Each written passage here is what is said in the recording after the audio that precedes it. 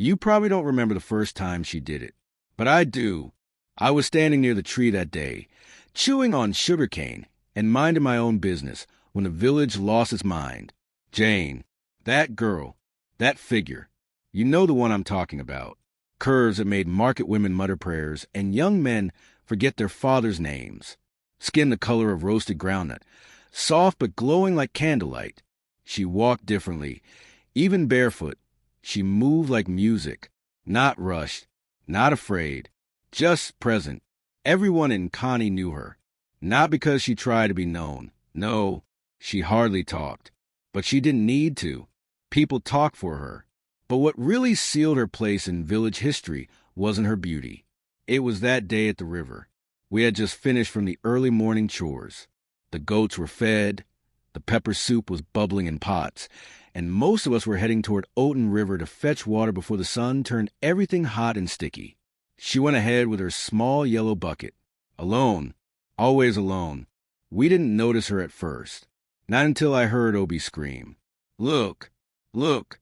I turned, and there she was, Jane, walking across the river like it was dry land, not swimming, not tiptoeing on logs, walking. I swear, her feet barely broke the water's surface. Her wrapper was dry, her arms steady. Even her shadow followed behind her like it knew she was royalty. People screamed. Others dropped to their knees. One woman fainted. Old man Chitty said she was a spirit child sent by Medio himself. Someone else claimed she was a daughter of Mami Wada. It didn't matter what version. They all agreed Jane wasn't ordinary. And just like that, a legend was born. But you want to know the truth? I didn't clap. I didn't kneel. I didn't scream. I just stood there chewing my cane slower, watching her eyes. She didn't look surprised. She didn't look scared. She looked like someone who had expected exactly what happened. And that's when I started wondering how? How did a girl from our small, dusty village walk on a river that had drowned 2 children just last year? Some said it was a miracle. Some said she was cursed. Some said she was chosen. But me? I knew Jane. I grew up seeing her play with marbles in front of Mama and Ketchy's shop. I saw how she would sit under the mango tree, drawing the sand with sticks, while everyone else danced at festivals. I saw how she watched people. Not just glance at them, but really watched. And people like that, they don't stumble into magic. They build it. After that day, things changed. People started leaving food by her door. Not just small offerings. Whole pots of soup, fried plantain, crates of eggs. Some brought her fabric. One man even offered a goat. She didn't take most of it, but the gesture alone, that was power. She walked through the market, and people parted like she was royalty. Kids peeked from behind their mother's wrappers just to get a glimpse. And Jane? She didn't smile. She didn't wave. She just kept walking like a queen that forgot she didn't have a crown. They called her Water Walker. I called her Too Quiet to Trust. Because deep down, I knew something wasn't adding up. It was months later when I saw it. A dry day. Harmattan. No one was by the river except me. I had snuck off early to skip cassava peeling. I saw Jane by the water. But this time, she wasn't alone. She was barefoot, dragging something from a sack. Flat stones. Big, wide ones. The kind that don't float, but don't sink fast either. She laid them gently into the shallow riverbed, a path from the bank to the middle. A careful line. She stepped on one, shifted her weight, then another. I counted 6 stones before she stopped. She turned slightly, as if she heard something. I ducked behind a tree. That was when I knew. It was never magic. It was Jane. Smart, calculated, observant Jane. She tricked the entire village. And now she wore our worship like a dress she never asked for, but never took off either. You'd think I would have exposed her, told someone. I didn't, because as much as it was a lie, it was a beautiful one. In a village that swallowed dreams and dried up joy, Jane gave us something to believe in, even if it wasn't real. And honestly, that's the kind of power you don't ruin with truth. We should have known trouble was coming when the car drove in. You could hear it before you saw it. That heavy, city engine kind of sound. Not like our village cars that cough and wheeze. This one purred, confident, too shiny for Nkani's red dust.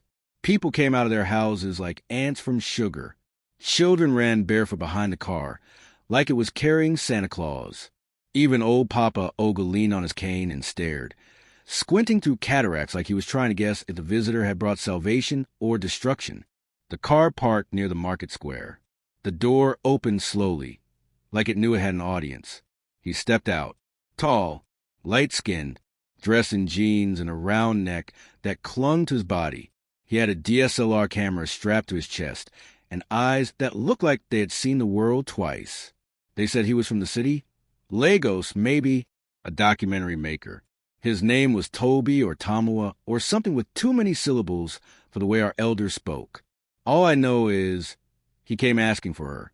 "Where's the girl who walks on water?" he asked. Nobody even blinked. One of the boys ran off like a message on two legs. "You don't need to say Jane's full name in this village. She is the event, the miracle, the myth." She came later that evening. I watched her from behind my mother's pepper stall. Her walk was slower this time, more cautious, but still proud.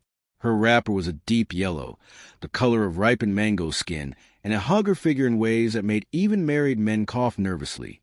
Tamawa saw her and smiled. "So you're the one." Jane didn't respond. She just looked at the camera, then back at him. "Would you mind if I filmed you?" he asked, polite but excited. "I've heard the stories. The girl who walks on water, it's incredible. The world needs to see it." People gathered, murmuring like fire in dry grass. The chief was called. He gave permission, of course. What would we say? No, the day was set. Sunday, the whole village would come. They announced it like a festival.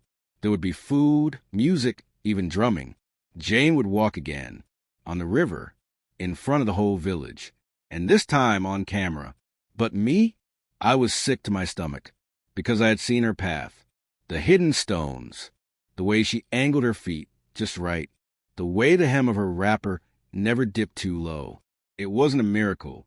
It was geometry and precision. And now, with this man's camera, one wrong step, and she wouldn't just fall. She'd drown in shame. Or worse, they'd turn on her. I saw her 2 days before the event, alone at the river. Again, she was staring at the path like it betrayed her. I stayed quiet, watching from behind the palms. She crouched, touched one of the stones, whispered something. A prayer? Or just a plea? She looked tired. Not physically, no. Jane was always strong. But there was a weariness in her bones that only comes from pretending too long. Sunday came like thunder. People wore their best wrappers, shined their shoes with palm oil, and came to Oten River like they were entering a church. The drummers arrived. The chief wore his red cap. Toby set up the camera. He was beaming. And Jane? She stood at the edge of the river, her eyes unreadable. Children pointed. Women clutched their chests. The entire village held its breath as she lifted her foot and stepped forward. 1 step, 2, 3. The water barely rippled. She moved like a whisper across a pond. Then she paused. I saw her ankle shift slightly. Her weight dipped. My heart jumped. One wrong step, and the whole lot would drown. But she regained balance. Barely. She made it halfway, then stopped. The silence was loud. Tamawa adjusted his camera. "Go on," someone shouted. "Show them." She didn't move. Instead, she turned, faced us, raised her hand slowly. And then she did something none of us expected. She stepped off the path. The splash echoed like thunder. She disappeared beneath the surface. Gasps, screams. A baby cried. People ran forward. Someone jumped in. But then she surfaced, wet, laughing, not hysterically, not mad, calm, bold laughter. "I'm not a goddess," she said, climbing out. "I never was." She stood there soaked, strong, eyes blazing like fire through a storm. "I'm just a girl, a smart one. That's all." And just like that, the myth died, or maybe it evolved, because after that day, people didn't stop looking at her. But now they looked differently. Some admired her honesty. Some hated her for making them feel foolish. Others respected her more than ever. Me, I saw her for what she truly was. Not a spirit, not a liar, but a girl who made herself unforgettable in a place that forgets people quickly. The village changed after that day, not in the big ways you'd expect. Nkani still smelled of roasted maize and river wind, still sang with rooster cries and evening drums. But something in the air had shifted. You could feel it. The air was heavier, not with humidity, but with judgment. The girl who walked on water had fallen, and people weren't sure how to feel. Some said it was brave. She freed herself. I heard Mama Chica say she told the truth. That takes power. But others spat on the ground and said she disgraced the ancestors. One old man refused to speak her name. She played God, he hissed, then laughed at us for praying. And the worst part? Jane didn't hide. She didn't run, didn't pack up and disappear into the city like some would've. No, she stayed. She walked through market like she always did, except now the path didn't part for her. The murmurs grew louder. Some women clutched their wrappers tighter when she passed. A few even turned their backs. But Jane, she walked on, head high, chin firm. I asked her one day under the mango tree, "Why did you do it?" She shrugged. "Because I was tired. You know I never called myself special," she said. "They did. I just walked. They created the miracle." "But you didn't stop it," I said. She looked at me. There was something in her eyes. Not sadness, not guilt, just tired knowing. "Would you have stopped it?" she asked. And I couldn't answer, because deep down I knew I wouldn't have. Then things got worse. It started small. A stolen basket of tomatoes from her doorstep. Then a boy threw mud at her when she walked past. One woman refused to sell her oil at the market, said her presence would poison the palm fruits. One day, someone wrote liar on her wall with charcoal. I watched her clean it. Slow strokes. No crying, no swearing, just quiet strength. But you could see it now, in the way her shoulders sagged at dusk, in the longer pauses before she answered questions. Jane was unraveling, not all at once, but thread by thread. And then came the fire. It was a Tuesday. I'll never forget. I was walking home when I saw smoke. At first, I thought it was from someone's kitchen, maybe roasted fish. But then the scream started. Jane's house. I ran. The flames ate the edges of her mother's old bungalow, turning wood and memory into ash. People stood at a distance. Some threw water. Others just watched. But no one helped her break the door. I did. She wasn't inside. She came running from the riverbank, barefoot, eyes wide. She screamed. My mother's things. My father's chair. But it was too late. Everything was gone. They said it was electrical, but there was no light in Connie. Someone had done it, and no one would admit it. She didn't cry. Not that night. Not the next morning. She just stood there, staring at the black skeleton of her past. People passed by and mumbled condolences they didn't mean. I brought her water and bread. She nodded, said thank you, then whispered something I still remember. I think they need me to be magic so they can feel small again. But here's the twist you didn't see coming. The chief came to her. Yes, the same one who clapped the loudest when she walked on water. He came with his walking stick and red cap, and a young boy holding an umbrella. He said, "My daughter, we were wrong." Jane didn't answer. "I don't know what we believed," he continued, "but what you did, what you carried for us, it made us believe we were part of something bigger." And then he did something no one expected. He offered her a piece of land. "Start again," he said, "not as a goddess. As you." Jane blinked. For the first time in weeks, her lips trembled. "Why now?" she asked. The chief smiled. "Because even after you broke the spell, they still talk about you. Even the ones who hate you can't stop. That's not magic. That's impact." Now she lives in a new house. Small, strong, built with hands that know how to survive fire. She teaches reading to little girls under a cashew tree. She doesn't walk on water anymore, but when she passes, Even the river seems to slow down. And me, I still sit under that shrine tree, watching, listening, because I saw her rise. I saw her fall. And I saw her become something even stronger than a miracle. Human. You'd think stories like hers end in silence. A girl tricks a village, falls from grace, survives a fire, and then disappears into the background. Quiet, forgotten, just another tale from moonlight. But Jane? No, Jane never disappears.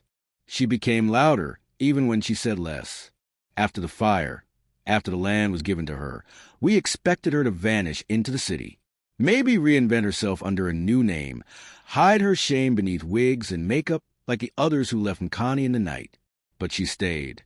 She cleared the plot herself. Bare hands, blistered fingers, and a cutlass too heavy for her frame. I watched her one afternoon, arms trembling, sweat dripping into her eyes, and still she kept swinging. She wasn't trying to prove anything to us anymore. This time it was for her. The boys offered to help, but she said no, not in pride, just calm independence. I need to build something with my own hands, she told me. Not on whispers, not on lies, on something that can't burn. She built a house, a small one, square and neat, with walls painted a soft peach color like sunrise. No shrine, no altar, just books on the shelf and a small mat for prayers. And right outside, a mango tree. Same tree we sat under as kids. Same one where she now taught children how to read and speak English properly. Not because anyone paid her. Not because it earned status. But because, as she said, if I can't give them magic, I can at least give them power. And then, life did something strange. It reached for her again. It started with one of those videos. Remember that camera guy, Tamawa? He posted his documentary online, The Girl Who Walked on Water. At first, it didn't do much. But then someone shared it. Then someone else. And then, bam, viral. Not just here. Lagos, Abuja, even abroad. People wanted to know the girl who faked a miracle. But more than that, they wanted to know why.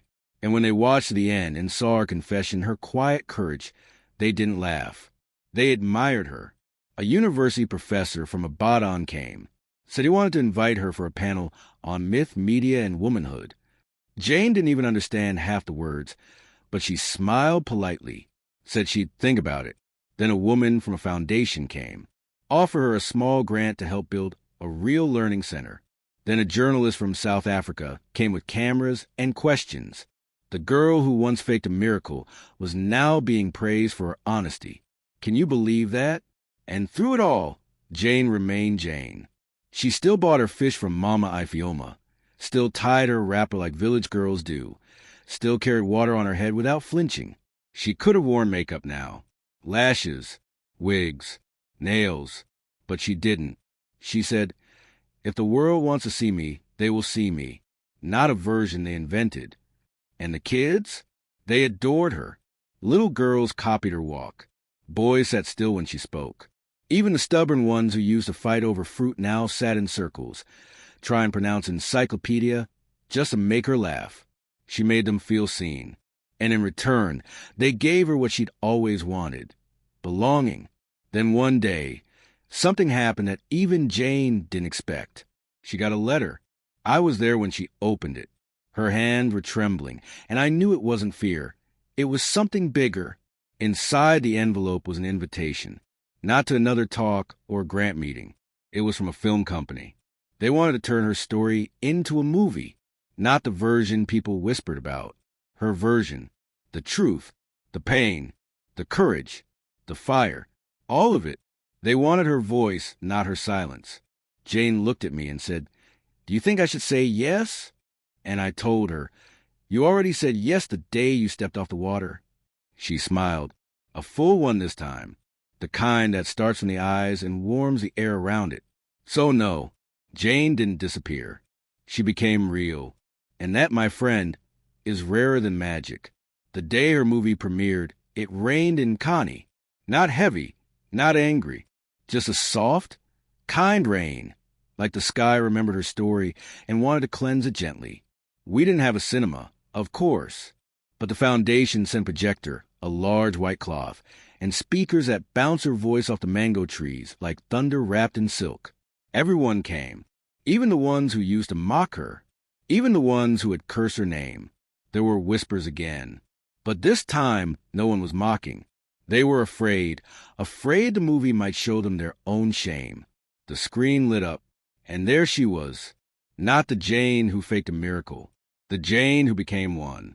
Her voice told the story, how she studied river currents, how she placed the stones, how she watched the village's hunger for hope grow so big. She didn't know how to stop it. She didn't blame them. She didn't even cry. She just told it plain. And at the part where she stepped off the stones, where she chose truth over worship, the entire crowd held its breath like it was happening for the first time again. And when she said, "I'm not magical, but I matter," a tear ran down Mama Ifeoma's cheek. When the credits rolled, no one clapped at first. They just sat there, like someone had placed a mirror in front of us and asked, "Do you see how easily you believe in magic, and how hard it is to believe in a girl?" That night, Jane didn't stay for questions. She disappeared before the crowd turned. I found her, down by the river, the same river. She stood near the edge, hand behind her back, eyes scanning the current. She didn't look nostalgic. She looked settled, like a page that had finally been turned. "You didn't stay to hear what they thought," I said. She smiled. "I've heard what they thought my whole life. Tonight wasn't for them. It was for me." Then she pointed across the water. "You know what I remember?" She asked.